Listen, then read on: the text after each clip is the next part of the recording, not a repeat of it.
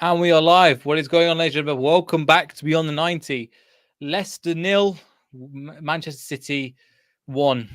And a bit of a disappointing game. However, can't be too disappointed. How do you think the game went? It's one of those. It's always disappointing not to pick anything up from the game, but we've just played the best team in the country with some of the best players in the country and gave them a game right up to the 90th minute. So can't be too disappointed. And on another day, one of those chances up towards the end go in with the Diaz header off the back of John Stone's header. It might be the other way around. Goes in the back of the net. Iheanacho takes his chance. Daka potentially takes his chance. We're talking about a Brendan Rodgers masterclass. And the only thing today that set us apart was a free kick from the best midfielder in the league. So, yes, the stats will look like Man City dominated possession, and they do it to everyone. They control the ball so well. They are absolutely brilliant at it. But they really struggle to break us down. So I'm not too disappointed.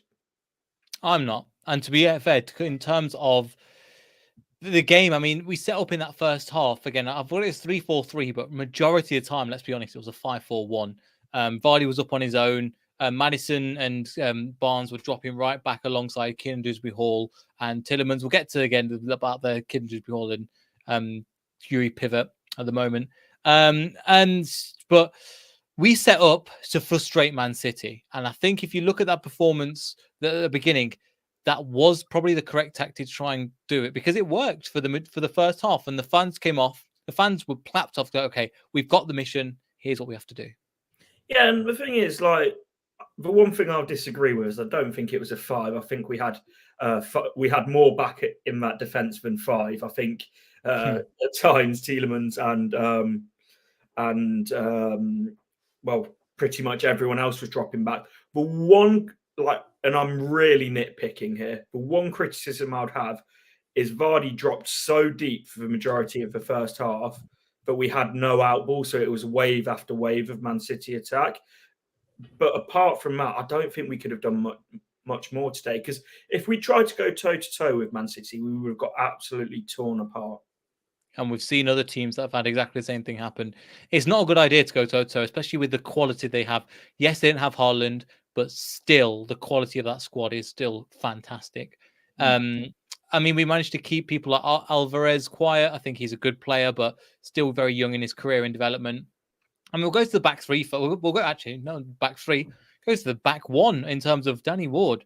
Really impressed with his performance today. He's really kicked on. I mean, a lot of fans calling for his head. I didn't think he was good enough to be Leicester's number 1, but he's proven people wrong. He's had another decent performance today, and I don't think I'll be honest, I still don't think he's the long-term solution to our goalkeeping problems. But he started to turn around the form at the start of the season. So you've got to give credit where it's due. And he made a really good save for that Bernardo Silva shot early on in the game. If that goes 1-0 Man City within the first quarter of an hour, it goes 1-0, 2-0, 3-0. When they take a lead early on in the game, they absolutely then just pile the pressure on you. So that save in that time of game was absolutely crucial. So you've got to give credit where it's due. Yeah, I 100% agree. And I think with the way that we're playing at the moment, and this was always going to be a free hit. The way that we went about the game, I think to be honest, apart from, again, we'll get into a little bit about the substitution could have been made earlier. Brendan, tactic wise, I think I can't really fault the manager too much. No, I think he got it bang on today. As I said, the only slight criticism, and as I say, I am nitpicking here, is that I thought that we could have countered a little bit more in the first half.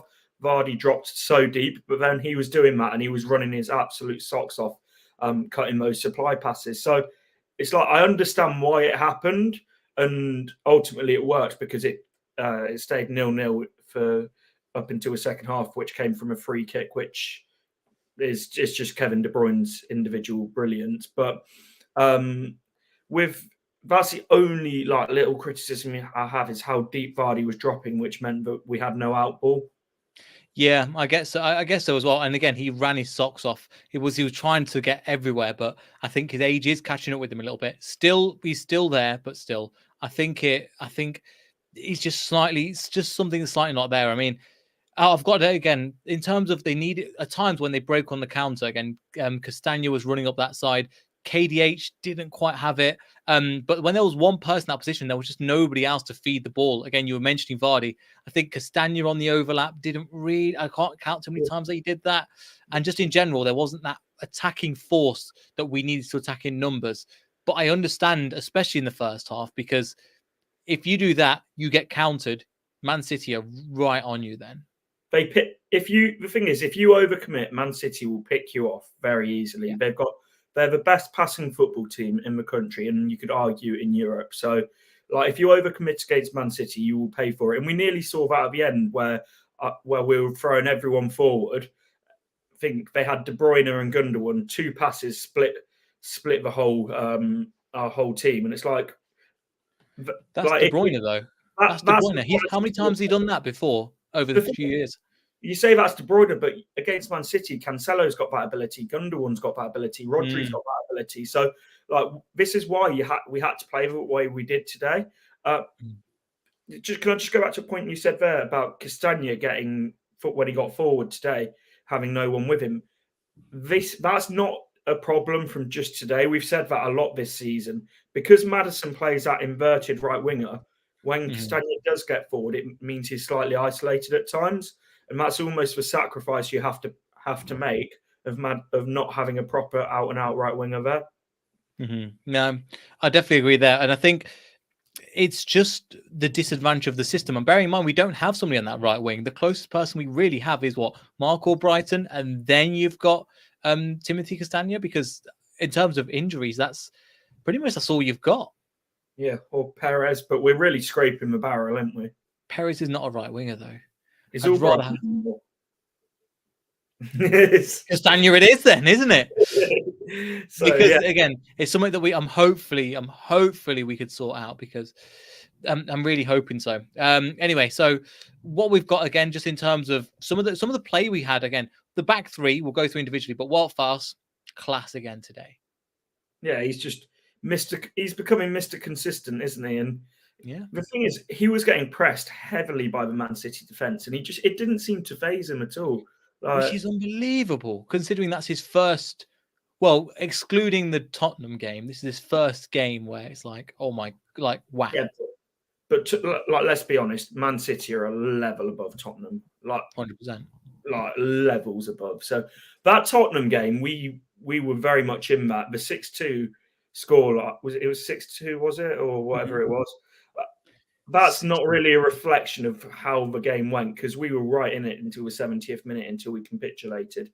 This was a game where Man City, like, we were right in it till the end, but we weren't going toe-to-toe with them like we did with Tottenham. Yeah. And I think, again, I didn't watch the Tottenham game, so I wasn't too sure on it. But overall, I think that the way that Leicester played, happy with it. If we can keep this momentum up to the end of the season, again, it's a big ask, but we will get something out of the games. And it's given me confidence going forward to really get that. And I think just looking at some of the things I've got, I put in 30 minutes, it was working for the first half, to be honest. It was working. And one thing I have to give credit for, Danny Ward from set pieces, but also just the set piece coach. We've been crying out for one for feels like years, but it's been a year or so. The difference he's made has been night and day. And I'm not just talking about the way we defend set pieces, just Danny Ward coming out and clearing for the ball. People having an idea. The crowd are not long going, oh my God, there is a corner coming. It's potentially a penalty kind of thing. We're looking at corners and going, okay, we could potentially then defend this, which is miles apart compared to where we were even 6 months ago. It's massive difference. I don't think we've conceded a corner since he's been here. And also, you're saying about defending corner. I don't include the Tottenham game because he'd been here for 2 days. Yeah. So I can't be on that point. But wouldn't even know everybody's name by then. Yeah, but also beyond that, I'd like to talk about the attacking set pieces. We don't look like we're wasting our time now when we're putting balls into the box, or we're trying stuff like the ball to the edge of a box to Tielemans from a corner, Maddison to Tielemans. What a strike that was. So unlucky that Edison got a touch and flicked that onto the crossbar. But we're creating opportunities from set pieces. When's the last time that we said that? Yeah, you're right. And again, I'm totally with you. And let's remember, not something similar happens. I mean, we can't give the Wolves result the same way. But the fact is that Tillemans was positioned in case something like that happened, and he got the goal. I'm not saying that was all the set piece coach's fault, but he probably would have done. If there's a flick on, I've got this from here. I don't know if he would have done that same position if the set piece coach wasn't there. No, I agree, because before when you had those kind of corners, Tielemans was quite often in the box, and then you had players like that you wouldn't expect to be on the outside of the box trying to strike the ball, and it just seems completely like a mismatch and a complete jumble of where you'd expect the players to be compared to where they were. It's like when you look at the game in Rome, when you have Ricardo Pereira in the box defending Tammy Abraham, it's like we don't have those kind of mismatch issues anymore. Yeah, again, it's still early days, but we're really impressed with the sign so far. Speaking of set pieces, seems like we've turned a corner. So yeah, we're not in a safe position in terms of where we are in the league. It's not looking great. However, it's Man City. It was always going to be a free hit, wasn't it, Alec? I'm sorry, it's always going to be a free hit this game. But I mean, considering how we could have played, that's pretty much the best result that we could have had, considering this team has torn teams apart this season, just literally like limb from limb. They played well against Brighton. Brighton just beaten Chelsea 4-1. They beat Man City beat Brighton 3-1. Yeah, it's one of those, like I said it this morning. If I just get up the tweet quickly, it says interviews from minute 1 today: win, lose, or draw, Man City need to know they've been in a game. And I think they fully well did at the end of that. They looked relieved at full time that game was over. And I think when you're playing a team that's that much better than you, that's all you can ask. But they put 110% in and really have a go. And I feel like, yes, it would have been brilliant if one of those balls towards the end had gone in the back of the net. I think that'd be like that would have been ideal, and like that would be a huge, huge point for us. But apart from the result, we got everything we could have asked for. It really didn't. From the manager down to quite a few things in terms of the way that we pressed. The only thing, again, one thing coming into the second half, I know you mentioned the goal and things like that. We'll definitely get into that bit because I've just got unbelievable goal, really. KDH for Mendy. I was surprised at the sub, but I think it was a good substitution. I think KDH, it just wasn't his game. And I'll speak to Matt Piper after the game. Sounds like a shameless plug, but he was going, look, he's a young kid. He will have mistakes. This is one of the best midfields. This is one of the best teams in the world, in world football. Give him a break. Again, drag him at half-time. Go, look, it's not worked. It's okay. We'll give you a pat on the back and go, look, we'll stick you in for the next game. And let Mendy just control that midfield a little bit more, because Kevin De Bruyne was having a lot of luck. When you're Kevin De Bruyne, you just produce moments of magnificent like that. And like we've seen in the past, where he's put balls away, he's put free kicks away, he's put assists away for fun against us and against other teams. But I think that substitution was really well worked. It was, and it's one of those. It's like you say, Dewsbury Hall wasn't having a good game today, but these they happen, and I think he's one of those players. But it's a good learning process to have. But like it's like you never want to see a player have a stinker like he did today. But players learn from this, getting a bit of a runabout like he did today. So, and Brendan Rodgers, the fact that he recognised that and made the change at half time. Before, how many times have we said you can see a player's absolutely out of his depth here and really, really struggling, but he plays a full 90 minutes? So, in fact, Brendan Rodgers recognised that, he made the change, and it was a right change. And admittedly, Mendy was the one who gave the foul away for the penalty, for the free kick. But it was one of those, it felt like it was a very soft foul anyway. And you can't really criticise him for giving away a free kick, if I'm completely honest, when Man City are breaking through. And again, if you would have said 1-0 before this game, I think the majority of Leicester fans would have probably taken that, considering it could have been a lot worse. Obviously, they didn't have that. But one thing I've got as well, just after that goal, which was, again, you can watch that again and again, superb goal. Tillemans, it's as good a free kick as you're going to see in the Premier League. But what was surprised at as well is what we've seen before when we've been like 2-0 up and they get to 2-1. the heads drop and you think, oh, here we go. And there's going to be 3, 4, 5. And they're just going to keep piling on the or 1-0 when we went to Southampton at home, where Southampton just got that goal. And then I was thinking, oh my God, here we go again. The second one went in and potentially a third. I remember they just goals kept flying and flying. The heads didn't drop. They were still in the game for large periods of time, which I was really kind of happy about that, because the amount of times we've talked about the mentality just dropping and just going, right, we ain't got this now, no problem. We haven't got this, we're going to capitulate. They didn't capitulate. They held in the game. Yes, they didn't play the best football, but their heads didn't drop. And that's something just mentioned in and of itself. It is, and something that I said during the game, check out my matchday vlogs for proof. I've had that out. Link in the bio, link in the description, link in the bio. Jesus Christ.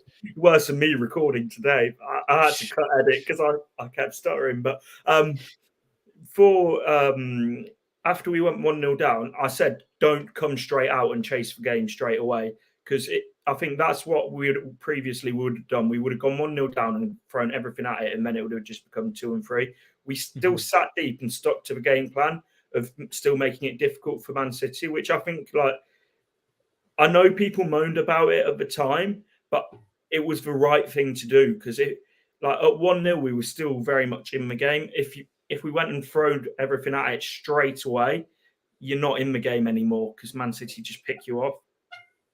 Exactly. And they picked us off, to be honest, with that, and not picked us off, but with that goal, that was a real deflation. They picked off the whole squad and even the goalkeeper in terms of nobody stopping that. It's not exactly what you mean, but I totally get what you mean.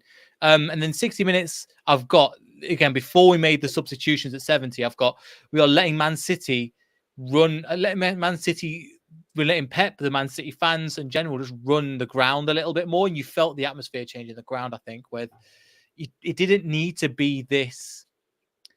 We could have made the substitutions earlier, but I'm glad that this is a problem that he did then amend. It just could have been done that a little bit more sooner. It could, because like I said, it was good that we didn't go gun-ho as soon as we went 1-0 down. We kept our composure, but there was a period in between going 1-0 down. I think we went 1-0 down in the 53rd minute. The substitutions didn't come from till the 70th.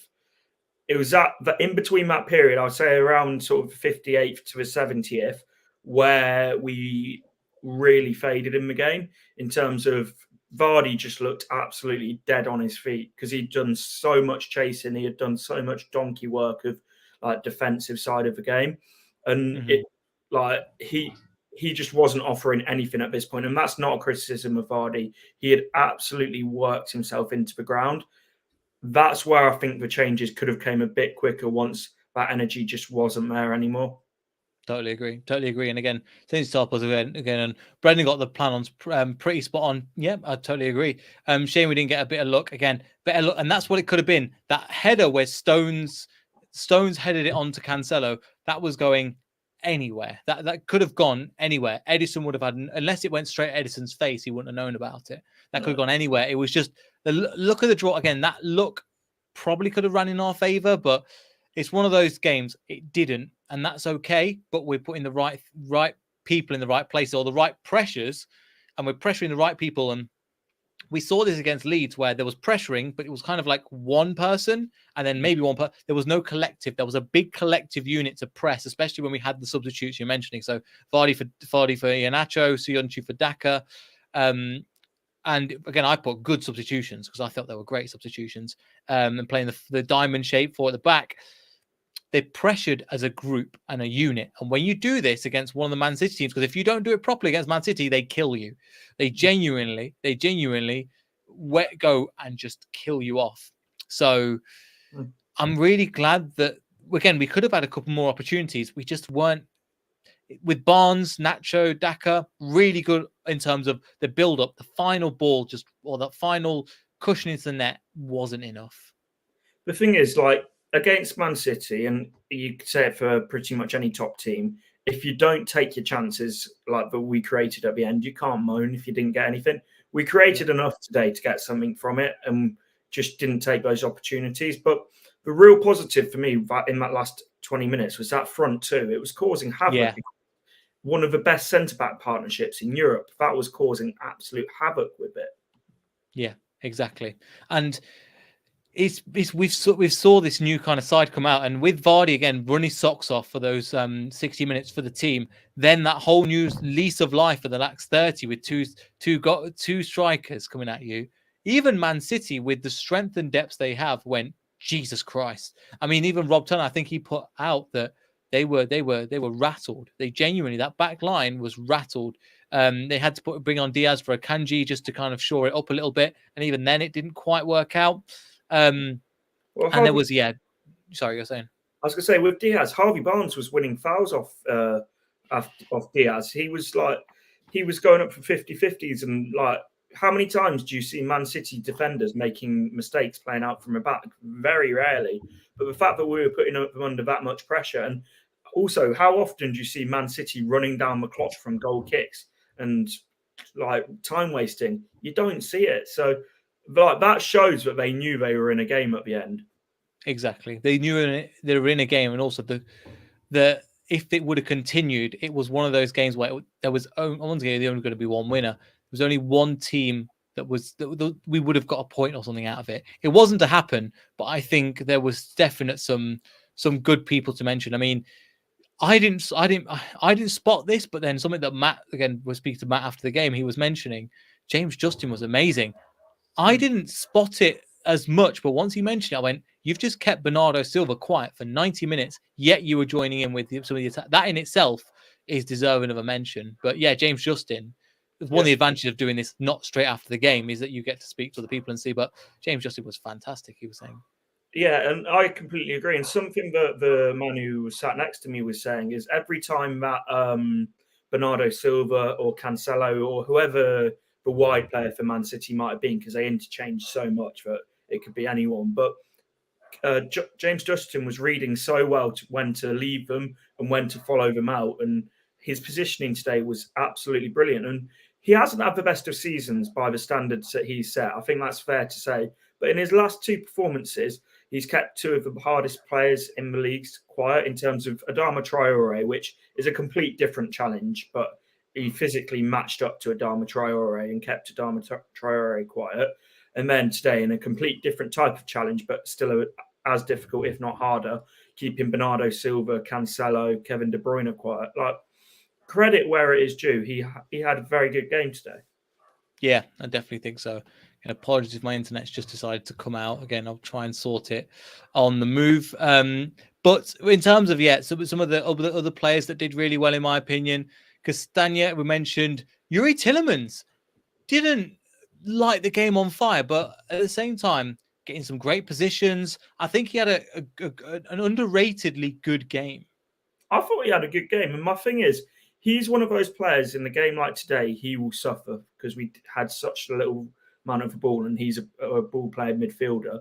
But he worked so hard defensively, and then a lot of the attacks that we did have going forward and a lot of the opportunities and counter-attacks were started from Yuri Tillemans. And then if that shot that Edison saved was an inch lower, we'd be talking about another goal of the season contender for him. So I think he had a very good game. And he's one of those that, like, he quite often has very good games that go under the radar. Mm-hmm. Yeah, no, I agree. And unless he scores an absolute banger like he did against Wolves, then he's front and centre. But it's just the nature of football again a little bit. But I think, a good game for him against Castagna. James Maddison, how would you rate his game? Again, similar to what I'd said about Yuri Tillemans, but I would like to have seen Maddison get on the ball slightly more. But it's one of those games where it's like, I understand why he couldn't. But towards the back end of the game, that last 20, 25 minutes, he was starting to make things happen. And a lot of the problems that we were causing were coming from Maddison. Mm-hmm. Yeah, fair enough. Again, they're coming from good positions. The last one that I have, having substitutes, Harvey Barnes. Good, man, it's a weird one. I want to believe in Barnes, but it's such a frustration because his first touch, his ability to knock it past the player and run, I love. His decision, sometimes he just bundled into the defender in front of him. It seems like he did that on more than one occasion. not to say that the reason why I'm kind of harsh on him is because I think his level is so high. Games like this, he could have been that winner for us. I'm not trying to put loads of pressure on him, but he's good enough to win that game for us. He had the opportunity to put us 1-0 up in the first half, and he almost tried to walk it into the net. And like, there's some opportunities, it's just like, just shoot. And the thing is, like, he's what now, 25? He's not this young player breaking through anymore. He's an established first team player now, and he's a player that's been in the England squad. That if he really wants to kick on, it's his end product that needs to improve, and that final decision making. The problem I think with Harvey Barnes is, like, some games like Wolves, he looks absolutely brilliant. Games today, he does everything right up until that final moment, and it's like, we've been saying the same thing about Harvey Barnes since he's come back from West Brom. It's just that final moment. It's like, sometimes it's brilliant, and it has got better since he's come back from West Brom. Don't get me wrong, but I feel like if he wants to be that player that we know he can be, he needs to be. That final product needs to be there on a much more regular basis. Yeah, definitely. I don't think Brendan took him off at all, did he? I think he kept him on for the whole game. No, he stayed on the whole game. So it could have been an opportunity to go, right, if it's not working again, kind of not drag him, but again, give an opportunity for a rest. Go, okay, get yourself better, because again, that would help in the game as well, rather than playing the full 90 minutes. Again, we are nitpicking here because but these fine margins are the difference between where we could be and what result we had today. And I think overall, again, and then coming into some of the substitutes, I mean, the front two, Kelechi Iheanacho and Patson Daka, again, we will have again, and we did some recording with 2 Zambian fans down at the ground. We'll have that shameless plug. We'll try and have that out as soon as possible. And so we try and get their thoughts on Zambia, Patson Daka, and Mwepu as well. But I think overall in the game, them two front two, they're clicking. Them two are really starting to click together now, with Patson Daka and Kelechi Iheanacho, not just going forward, but also the tracking and the pressing. They both know where each other are, which is a great thing to have. Yeah, I think there's quite a lot to talk about with that front two, because Iheanacho is just an awkward bugger, isn't he? Like, he's just not your typical striker at all. It's like I always call him, he's like that 9.5. He's like the mix in between of your typical number 9 and your number 10. So I think that's why you have to play him in the front two, and having someone like Patson Daka with like the athleticism, the pace that he does, I think it's a front two that can only do good things, if I'm honest. And then what you're saying about the pressing as well today, it was so interesting to watch that, like, when they initiated the press, both of them were on it for like straight away, and it was working really well. So I think when we press with obviously those two leading it, it looks a lot less disjointed than you mentioned it earlier on. When we pressed against Leeds, it was like one player, then another player sort of slowly joined after. Today, it was like Iheanacho was straight there, Daka there, then Barnes, and like everyone was pressing as a unit. It wasn't disjointed. Exactly, and there was all, and considering what we've been on so far, I think it was really good as well. Paul goes, if the Harvey sides were better, he wouldn't be at Leicester. I don't know. There's 50-50 on that one. I think Madison. there's a lot of people that rate Harvey Barnes outside of Leicester as well. There's a lot of people that go, God, he's old-fashioned and I quite like him, but they wouldn't want him at their team. Does that make sense? Yeah, he's one of those, I think, on Match of the Day, you look at him and he's like an absolute world beater, but you watch him for 90 minutes and it's like, oh, you are so frustrating, but so talented. But saying about if he had end product, I think that's a bit unfair when you look at players like Madison, who's got some of the best end products we've seen for a long time. He's still at Leicester. Like, if we keep having the right ambition, we can keep these players here. Like, yes, like we're not a club that can keep every single player. Like, you look at over the years of who we've sold big players, and that won't change. We always will be that level of club, I think. But we're also getting to a point now where we can keep some of these star names as well. Yeah, exactly. And we can, when they choose to sign contracts here. James Justin has signed a contract for Farnham was an exception, sure. But for James Justin's a great example. And also there are players that just enjoy being here. And also you hear things like Danny Simpson coming out and goes, I probably left Leicester at the wrong time, even though he wasn't being played, because I should have stayed there. This has an impact. I bet you Danny Simpson's wallet was saying that. I mean, he took a huge pay cut to go to Bristol City, so I bet. Like, I I know the point he's making, but I'm sure the money weren't half too bad here either. And yeah, I guess you're right. But as a right of a centre back 3, I think he could have done something. Potentially, but I think he would have been well down the pecking order as that.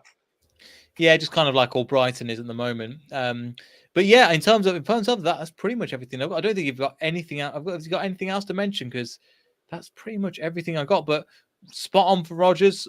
Hopefully we can keep this momentum going. And then just Paul Butzing again. Again, sorry I've not managed to get to a lot of your comments. But I think we need 3 points for the next 6 before to get to the World Cup. I'm looking at some of the teams in the league finishing 13th. I think there is quite a few teams in this position around where we are, considering who's just lost as well. Let me just bring up the table. But I think we talked about this after the match, didn't we? Say 4 points, Ant? Yeah, I think 4 points would be a good return when you look West Ham and Everton. They're 12th and 13th. Like, there's no reason we can't go to Goodison Park or London Stadium and at least get a win out of one of them. Mm-hmm. Yeah, so and I think Everton are just having a look at the other. I need to find the results, but I think Everton have just drew as well. Everton just drew, and West Ham, I don't think they've played yet. Fulham, Everton 0-0. So there is options, I think, and then I think he played tomorrow as well, West Ham. So they are. I think that they are there for the taking as well. So we have got the option of picking up some points, and I think if we keep playing. If we keep behind the man again, I don't think he's the right man moving forward. But if we keep doing what we're doing at the moment, I think we could definitely do something with this team. I think for us, for World Cup, I said it earlier, it comes at the wrong time in terms of where we're playing. But the January transfer window opens, and it opens up a lot of possibilities for us, because I think Brendan Rodgers is pushing the board to do business in January. It sounded like from his press conference. If we can get a few signings in. We're only I know I don't want to be that stupidly optimistic fan. I know we're in 17th in the league at the moment, but if we put a couple of wins together, we can climb up to 9th in the league. It is that congested. So if we've had an awful run and an awful start to the season. We started to turn it around. If we've truly turned a corner, like a lot of people think we have, I'm not fully convinced, but if we have, then we put a couple of wins together, then we can climb up the table. So Fulham, just on your point again. So if you look at 16th place, only 5 points above, you're in 10th, you're in Liverpool 9th, 10th position. Now, and we do play, I think, in the next few games, we do play. I think we've got Liverpool when we come back and somebody else. Fulham, maybe? It's Newcastle. It's in Newcastle. That's going to be a bit tough. But again, we're in a good position. Even though we're not in the relegation zone, it's close, but there's quite a few teams involved. So anything's possible. I like that we talk about like this rather than before, because my God, it was so bad before. But just doom anything and gloom. else? But I was gonna say it's just gloom. But now, there's positives. Even when we're not picking up points, there's positives to take. And we've just played the best team in the country, who've won 4 out of the last 5 Premier League titles, and every cup there is to win over the last few years. Let's not beat ourselves up massively, apart from a European Cup. I can see it. No. I was going to say, and it took a KDH Wonderstrike to do it. Okay.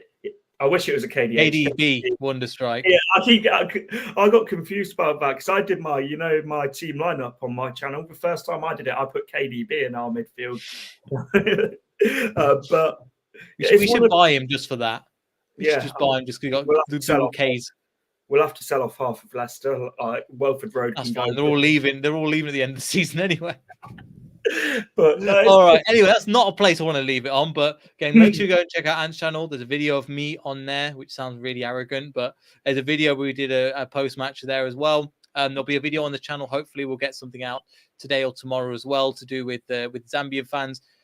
Make sure you like, subscribe again. Ant's live at 9 tomorrow. Oh, tomorrow. I'll try and jump on. So yeah, make sure you subscribe to his channel. You'll see me over there. Apart from that, like, subscribe. We'll see you all in the next video. So goodbye.